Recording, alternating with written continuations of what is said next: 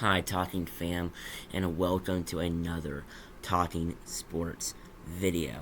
And in this video today, we will go over 10 players who were injured from last season, who are coming back, and who may help their postseason chances.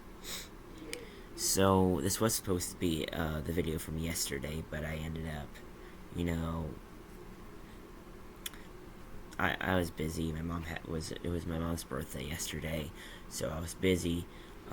Couldn't record my second video in time, but I will have this out, as you probably know already, today. So without further ado, let's go ahead and get into. Oh, before I get into it, please like and subscribe down in there, and please leave a comment on who you think will win the Super Bowl. All right. So, without further ado, let's go ahead and get into the video. Alright, first player I want to talk about today is Mike Clevenger. The Padres, they were without him last year. Yu Darvish struggled in the second half of the season. A lot of their pitchers were struggling. They ended up signing Jake Arrieta and Vince Velasquez. And Clevenger will rejoin the rotation this year. He did have his second career Tommy John surgery last season, and was recovering from that. The second one is usually really risky, but he's back and ready. So he did throw under 500 innings with a 2.96 ERA through 2017 and 2020. When he's healthy, he can ring it in. He can do it. So he is entering his contract year. There will be a lot riding on his right arm. So, in his first last full season, which was in 2019, he played 21 games, 38 earned runs, 169 strikeouts, 13-4 record, had a 106 WHIP and a 3.02 ERA. So Mike Clevenger is really good when he is healthy and when he can play, but we just don't see him that often.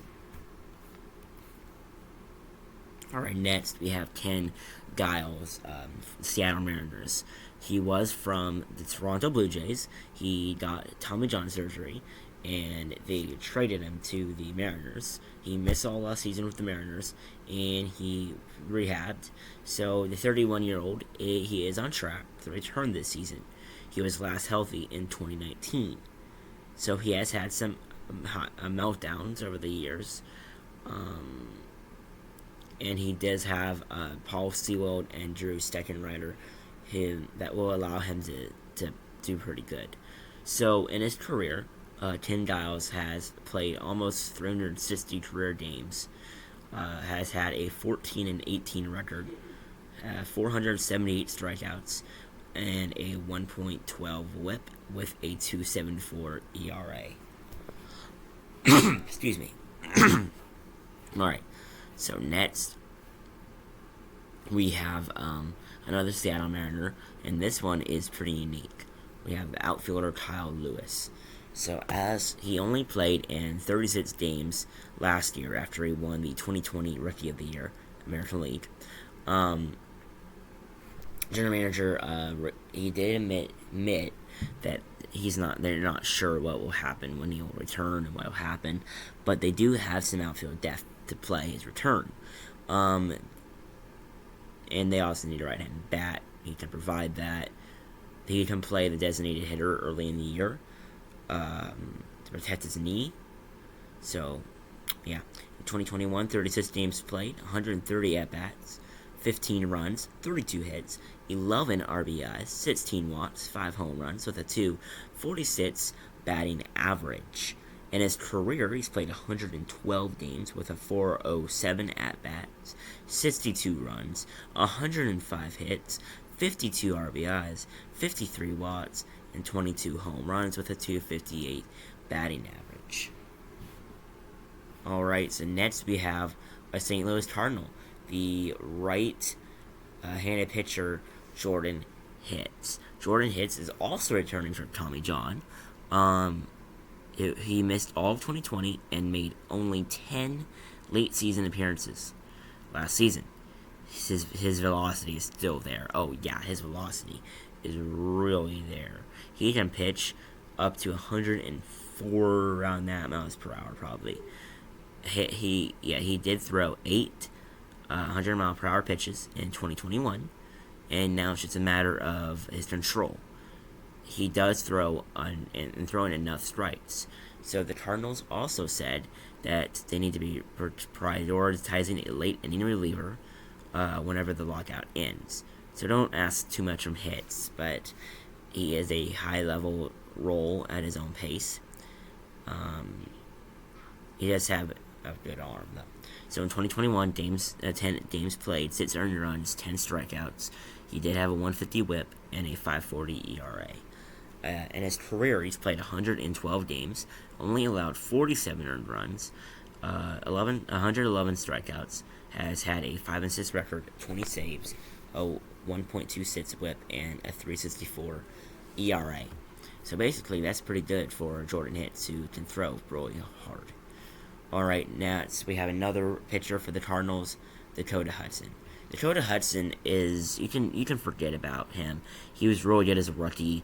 His fantasy stats hated him. But at some point we need to acknowledge what his rookie season. Whether it's repeatable, it doesn't matter. It happened.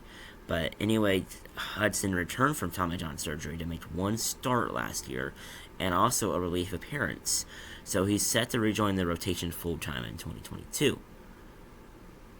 So, in 2019, his last full season and also his rookie season, 33 games played, 65 earned runs, 136 strikeouts, a 16-7 record. He's had 1 save, a 141 whip, and has had a 3.35 ERA. In his career, 69 games played, 87 earned runs, 192 strikeouts, 24-10 record, a save, a 132 whip, and a 3.14 ERA. So that's pretty good, I think, for Dakota Hudson. Alright, next we have New York Yankees pitcher Luis Severino. So he's had several injuries in his career, and Tommy John surgery limited him to only 27 and 2/3 innings from 2019 to 2021. So he only pitched rounded up to 28 innings in 3 seasons. 2019, 2020, 2023. He only pitched 28 innings. That's just crazy. But he did, so he returned from his elbow reconstruction and made 4 relief appearances last year. He is based to be back in the rotation. He turns only 28 this month, but he is excellent on the mound. He is from 2017 breakout. So they do have Garrett Cole and Jordan Montgomery that can add on to his rotation, and he does have a $15 million option for 2023. So in 2018, he did play 32 games, 72 earned runs, had a 19-8 record, pitched 220 strikeouts with a 114 whip and a 3.39 ERA.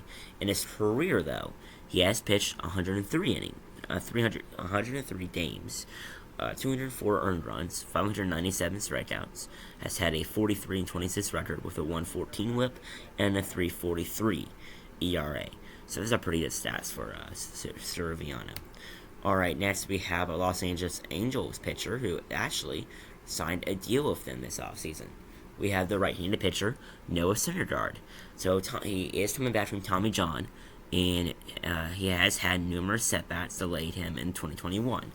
He did play 2 one-inning starts in September, and in those 2 innings he did not throw breaking balls, fastballs and changeups only. So that was Syndergaard's free agent showcase, and it was enough to land him a 1-year deal, $21 million with the Angels. Syndergaard turns 30 in August. He has shown ability in the past to be an ace. The Halos type he pitches to be with that level in 2022. And in the postseason, Syndergaard hopes to be good to prove yourself contract.